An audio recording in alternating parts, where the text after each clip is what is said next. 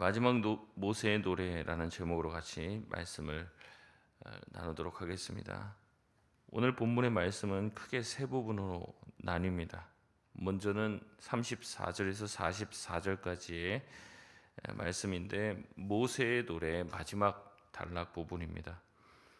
모세의 노래는 먼저 순종하는 자에게 주어질 엄청난 복을 약속하고, 그리고 불순종한 자에게는 하나님의 심판이 임할 것을 이야기합니다. 그렇게 이제 한 단락, 두 단락이 됐고, 마지막 단락이 오늘 본문 말씀입니다. 이스라엘 자손은 하나님의 명령을 따르지 않을 수도 있다고 말씀하며, 만약에 그렇게 되었을 때, 불순종하게 되었을 때 하나님은 이방 민족을 사용하여 그들을 칠 것이라고 말씀하고 계십니다. 그러나 하나님은 그렇게 심판의 도구로 사용받았던 이 이방 자손들이라고 할지라도 그 이방 민족 또한 하나님의 기준을 적용받게 된다고 얘기합니다. 그들이 심판의 도구가 되었다고 해서 하나님의 기준, 하나님의 심판에서 그들이 면제되는 것은 아닙니다. 이방 민족들 역시 하나님을 두려워하지 않고 자신들의 신, 이방 신들을 계속해서 섬기며 하나님의 말씀을 거역하게 되면 그들 역시 심판의 대상이 됩니다. 이 말씀은 하나님께서는 이스라엘 백성들만 주관하시는 자가 아니라 믿는 자들만 하나님은 다스리는 것이 아니라 믿지 않은 자들에게도 하나님은 영향력을 행사하신다는 것을 보여줍니다. 35절에 하나님께서는 이방 민족이 실족할 때 그들을 반드시 보복할 것이라고 말씀하십니다. 그리고 36절에 자기 백성을 판단하시고 그 종들을 불쌍히 여기시는 날이 올 것이라는 이야기를 하십니다. 이 이야기는 심판 중에도 긍휼을 잊지 않으시는 거죠. 하나님의 입장에서는 그렇습니다. 우선은 약속을 하셨잖아요. 그리고 하나님은 정의의 하나님, 공의의 하나님이시기 때문에 분명히 잘못한 것을 눈 감을 수는 없습니다. 세상의 권력자들은 자기의 어떤 의도를 따라서 또 자기랑 친하다고 봐주기도 하고 그렇게 하지만은 아닙니다. 하나님은 자기와 가까이 있다고 해서, 자기 백성이라고 해서 눈 감아주지 않습니다. 그들의 잘못도 반드시 처벌하고 징계를 하십니다. 그러나 징계를 하시지만 자기의 백성이잖아요. 그러니까 그들을 보면서 안타까워하시고 눈물을 흘리시고 그들을 긍휼히 여기시는 거죠.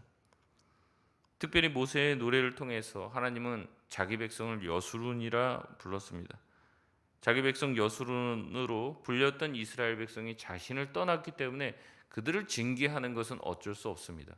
하지만 징계를 받고 고통스러워하는 그 자녀의 모습을 보며 마음 아파하시는 거죠. 징계를 받고 슬픔에 빠져 우는 자기 백성을 불쌍히 여기시고 하나님은 그들을 회복시키길 원하십니다. 그렇기 때문에 하나님의 징계는요, 만약에 우리가 그 징계를 받는다고 할지라도 그 징계는 우리에게 징계 자체가 목적이 아니라 회복으로 이끌려고 하는 하나님의 선한 뜻이 있음을 기억해야 합니다. 징계는 바른 길로 우리를 인도하시기 위한 하나님의 선물이고 우리를 회복시키려고 하시는 것이 목적이지 우리를 징계하셔서 우리를 죽이려고 하는 게 목적이 아니라는 겁니다. 징계조차 내리지 않는다는 것은 그 자녀를 버렸다는 얘기죠. 징계조차 내리지 않고 그가 그대로 하는 대로 방자하게 두면 이제는 나중에는 돌아올 수도 없을 정도로 많이 엇나가게 되는 거예요. 정도를 벗어나게 되는 거죠. 그렇기 때문에 하나님은 때로는 주의 백성들을 징계하시기도 한다는 겁니다.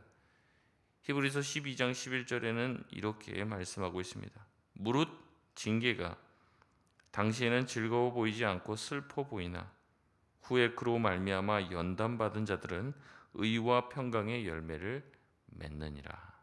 아멘. 징계가 당시에는 즐거워 보이지 않죠. 징계를 좋아하는 사람이 어디 있습니까? 그 당시에는 슬퍼 보입니다. 하지만 그것을 잘 통과하는 자는 반드시 의와 평강의 열매를 맺게 되는 줄 믿습니다. 물론 이제 순종을 잘하면 징계받을 일도 없죠. 하지만 불순종하여 징계를 받더라도 끝은 아니라는 겁니다. 반드시 하나님은 우리를 회복의 길로 이끌어 주실 줄 믿습니다. 결국에 37절에 이스라엘이 섬기던 이방신도 헛되게 됨을 하나님은 알게 해주실 것이라는 거죠. 이방신을 붙들었는데 좋은 결과가 생기지 않는 거죠. 이방신을 붙들었는데 계속 안 좋아지고 환난 날에 하나님은 부르짖으면 자기를 구원해 주셨어요. 이방신도 그럴 것이라고 하고 생각하고 부르짖지만 이방신은 대답이 없는 거죠. 이방인들 또한 깨닫게 된다는 겁니다. 자기 신이 소용이 없다는 것을 알게 되는 거죠. 하나님은 그들에게 징계를 통해 그러한 역사를 또 깨닫게 하신다는 것입니다. 38절은 해석이 쉽지 않은데 풀어서 말하면 그렇습니다.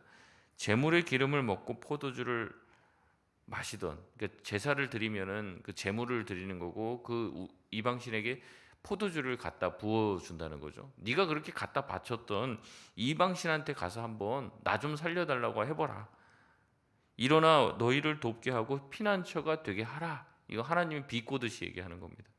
너네들이 그렇게 가서 이방신한테 충성했잖아. 그렇게 가서 거기서 빌었는데 나한테 도움 구하지 말고 그 이방신, 네가 그렇게 좋아하는 이방신한테 가서 한번 살려달라고 해봐. 그들이 너의 피난처가 되어줄 거야. 그들이 너를 돕게 해줄 거야. 한번 해봐. 이렇게 얘기하는 겁니다. 그렇게 해봐도 소용이 없죠. 하나님은 심판을 당한 이스라엘에게 그들이 쫓는 이방신에게 한번 빌어보라고 얘기합니다. 그 이방신 때문에 심판을 받았는데 그 이방신에게 도움을 구한들 도움을 얻을 수 있겠냐는 거죠. 너희를 구원할 수 있는지 한번 다른 신에게 빌어보라는 겁니다. 그러나 소용이 없는 거죠. 결국 이방신을 쫓는 것은 그 결과는 망하게 되는 것입니다. 바닥으로 내려가는 거죠. 근데 사람은 그렇게 낮아지지 않으면요 깨닫지 못하는 것 같아요. 사람은 하나님을 하나님으로 인식하게 되는 시점이 보통 자기가 잘 될 때는 거의 그렇게 생각하지 못합니다. 내 생각이 옳고 내 관점과 내 방식이 옳다고 생각하는 거죠. 하지만 모든 것이 다 꺾이고 바닥으로 고꾸라지면 그때 하나님께 눈물을 흘리며 나오고 회개하게 된다는 겁니다. 결국 그들의 불순종으로 예정된 심판을 당한 이스라엘은 스스로 자멸하게 되죠. 그리고 스스로 우상을 선택했음을 후회하게 되는 날이 온다는 거죠. 하나님은 이 모든 것을 통해서 하나님이 되심을 드러내십니다. 39절 말씀인데요. 우리 같이 한번 읽겠습니다. 시작. 이제는 나 곧 내가 그인 줄 알라. 나 외에는 신이 없도다. 나는 죽이기도 하며 살리기도 하며 상하게도 하며 낫게도 하나니 내 손에서 능히 빼앗을 자가 없도다. 아멘. 여기 밑줄을 한번 그어 보십시오. 이 구절이 오늘 전체의 핵심이고 사실은 이 모세의 노래의 핵심이 되는 구절입니다. 하나님은 이렇게 이스라엘 백성이 순종하면 복을 주시고 불순종하면 징계를 하십니다. 그리고 징계를 하는 와중에서도 다시 하나님께 회개하고 돌이키면 어떻게 한다는 거예요? 그들을 구원해 주시고 심판의 도구였던 그들 또한 하나님을 인정하지 않으면 그들 또한 다시 한번 징계하실 것이라는 것을 통해서 이 모든 과정을 통해 하나님은 내가 하나님이라는 것을 나 외에는 다른 신이 없다는 것을 드러낼 것이라는 거예요. 근데 이 말씀을 또 보면서 우리는 오해할 수도 있습니다. 여러분 오해하지 마시길 바랍니다. 하나님이 자기 자신을 드러내시려고 자기 백성을 무슨 고난과 환난과 고통 가운데로 몰아넣으시고 고의로 그렇게 하신다고 생각하면은 하나님은 굉장히 나쁜 분이죠. 여러분 그렇지 않다는 겁니다. 이스라엘의 심판을 자초한 자들은 누굽니까? 하나님이 그렇게 만드셨나요? 그렇지 않죠. 하나님이 경고하시잖아요. 내가 복을 줄 거다. 순종해라. 그러나 너희가 순종하지 않으면 심판을 당하고 징계를 당할 것이다. 경고하셨어요. 결국에 그 심판과 징계의 자리로 간 것은 누굽니까? 본인들이죠. 본인들. 이스라엘들 자신입니다. 심판은 이스라엘 본인들이 자초한 것이에요. 하나님은 그들을 구원할 일말의 의무도 없으십니다. 여러 번 경고하셨기 때문에 그렇죠. 그쪽으로 가면 죽게 된다고 여러 번 경고하셨어요. 어떻게 더 말합니까? 여러 번 해도 듣지를 않는데 본인이 그 길을 가겠다고 하는데 어떻게 하냐는 거죠. 하나님은 그들이 자초한 심판의 자리에 그냥 둬도 됩니다. 그러나 하나님은 어떻습니까? 하나님은 그들을 긍휼히 여기시고 심판의 자리에 그냥 두지 않으시고 그들을 구원하십니다. 그러면서 하나님은 우리에게 깨닫게 하는 거죠. 나는 잘못했을 때 죽이기도 하는 하나님이지만 죽은 자들을 다시 살리기도 하는 하나님이다. 나는 상하게 하지만 너희들이 징계를 하여 내가 채찍을 들고 너희를 치는 그 일도 하지만 반드시 너희를 낫게 하는 일도 할 것이다. 그래서 생사화복을 주장하는 자는 나 하나님, 이 세상에 나 외에는 다른 신이 없다는 것을 너에게 보여주겠다라고 말씀해 주시는 거죠. 자신의 백성을 이렇게 엄격한 기준으로 다루시는 하나님이라면 하나님은 이방 백성을 향해서는 더 엄격한 잣대를 내리실 수밖에 없죠. 그러니 하나님의 백성을 짓밟고 있는 이 이방인들은 자신들이 정말로 위대하고 강한 힘을 가졌다고 쾌재를 부르며 하나님의 백성을 마음대로 짓밟을 권리가 없습니다. 그들 또한 도구로서 쓰임 받는 것이지 그들이 대단한 인정을 받은 것은 아니라는 거죠. 그들도 곧 하나님의 심판이 될 수도 있다는 것을 기억하라고 얘기합니다. 그렇기 때문에 하나님의 백성은 먼저는 하나님의 말씀에 순종해야 하지만 불순종하여 징계의 자리에 갔을지라도 긍휼을 잊지 않는 주님을 의지하실 수 있는 저와 여러분이 되시길 바랍니다. 두 번째 단락은 45절에서 47절까지의 말씀입니다. 다시 한번 모세는 이 노래를 다 마친 후에 율법의 준수를 요구합니다. 46절에 백성에게 자신이 증거한 하나님의 말씀을 마음에 두고 자녀들에게 명령하여 이 율법의 모든 말씀을 지켜 행하게 하라고 명령합니다. 나만 마음에 두고 행하라는 게 아니에요. 나에게 먼저 마음에 두고 그 말씀을 그 다음에 어떻게 하라는 거예요? 자녀들에게 명령하여 그것을 지키게 하라는 겁니다. 요즘에는 부모님들이 너무 좋으셔서 자식들 고생 안 시키고 부모가 자식의 모든 바람을 막아주고 대신 희생하려고 하시죠. 그 참 아름다운 모습입니다. 좋은 모습이죠. 그러나 신앙은요, 부모가 대신 해줄 수 있는 게 아닙니다. 부모가 그런 마음이 들 수 있죠. 아유, 우리 자식이 기도를 안 해요. 내가 대신 기도해 주겠다. 이런 마음이 들 수 있습니다. 대신 내가 예배 드려줘야지. 여러분, 그러나 하나님 앞에서는 이게 가능하지가 않은 거예요. 우리는 하나님 앞에서 다 단독자입니다. 여러분이 모든 것을 대신해 준다면 천국도 아마 대신 갈 겁니다. 자식 대신 천국만 내가 대신 천국 갈게. 그럴 부모가 어디 있습니까? 말씀을 지키고 순종해야 될 책임은 각자에게 있습니다. 그러니 내가 들었던 하나님의 명령은 나만 마음에 두어서 될 일이 아닌 거예요. 오늘 모세는 하나님의 명령을 우리에게 마음에 두고 그 다음에 어떻게 하라고 합니까? 자녀에게 명령하여 지키게 하라고 합니다.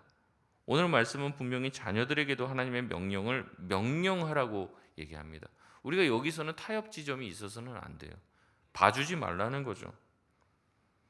오늘 말씀 들었다고 갑자기 집에 가서 자고 있는 자녀들에게 명령하지 마십시오. 제가 말씀드린 것은 그만큼 우리가 그것을 중요하게 생각해야 된다는 거예요. 나 혼자 자꾸 내가 대신해주고 뭐 우리 자식들 나만큼 고생 안 시켜야지 이 마음이 신앙까지도 이어져 갖고 내가 다 대신해 주려고 하는데 절대 그게 되지 않는다는 거예요. 우리 애들이 신앙생활을 안 하거나 못하는 것을 내가 벌충하려고 하는 부모들이 있습니다. 자녀가 기도 안 하고 자녀가 그렇게 안 하니까 내가 더 해야지. 그 마음은 참 감사합니다. 마음은 참 예뻐 보이지만 그게 좋은 방식은 아니에요. 어떠한 면에서 나는 단호해야 합니다. 하나님의 말씀이 정말로 진실이고 진리라면 그것은 우리 자녀에게도 동일하다는 겁니다.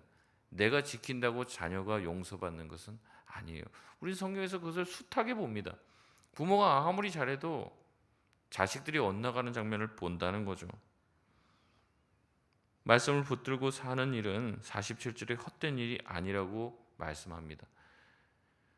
자식들이 그러죠. 믿지 않는 가족들이 그럽니다. 교회 가면 뭐 떡이 나오냐, 뭐가 나오냐. 떡 가끔 준다고 제가 말씀드렸죠. 예. 말씀을 붙들고 사는 일들, 신앙생활이 헛된 일이라고 생각하는데 그렇지 않다는 겁니다.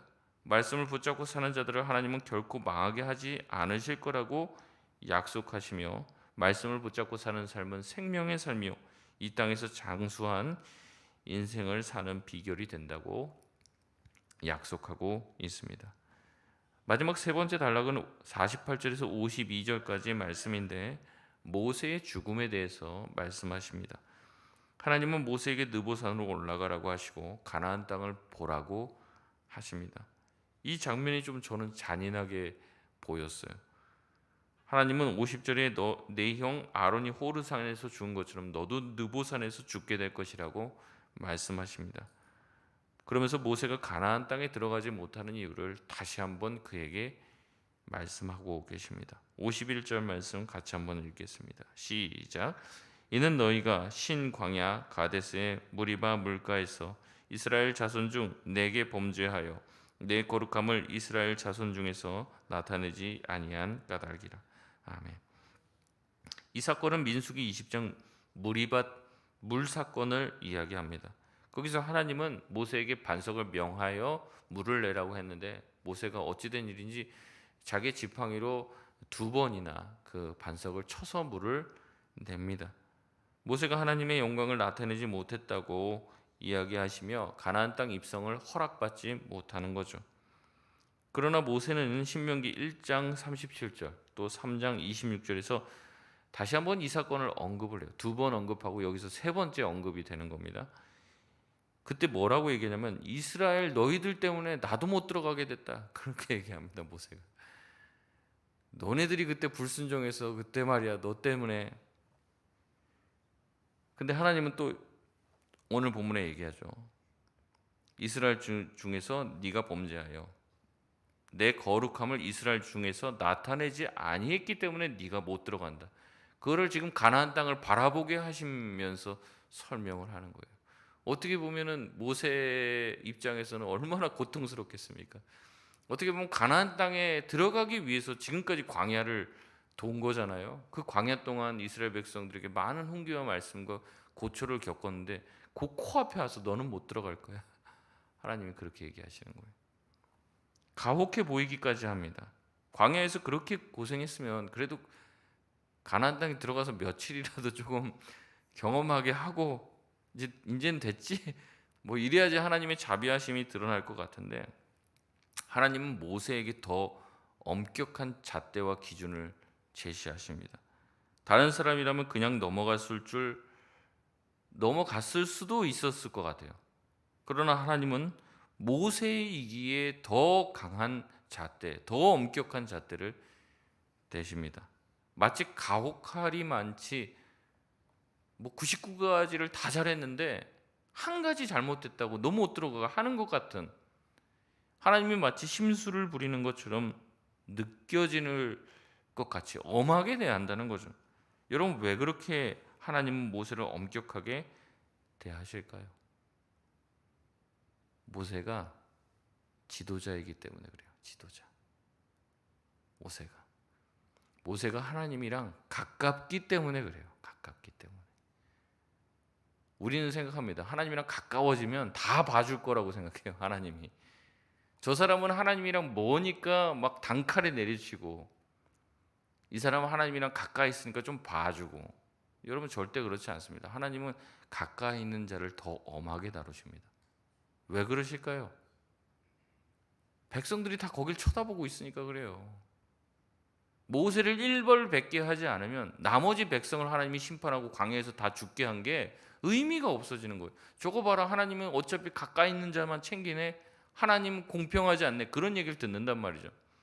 그렇기 때문에 하나님은 가까이 있는 자들, 특별히 하나님의 일을 수종드는 사람들에게 더 엄격한 잣대를 대십니다. 직분을 안 맡으면 그만이지만 맡은 자에게 더 엄격한 기준을 대신단 말이죠. 내가 하나님과 더 가까이 있다고 생각하십니까? 여러분 엄격한 잣대로 자기 자신을 돌아보시지 않으면 안 돼요.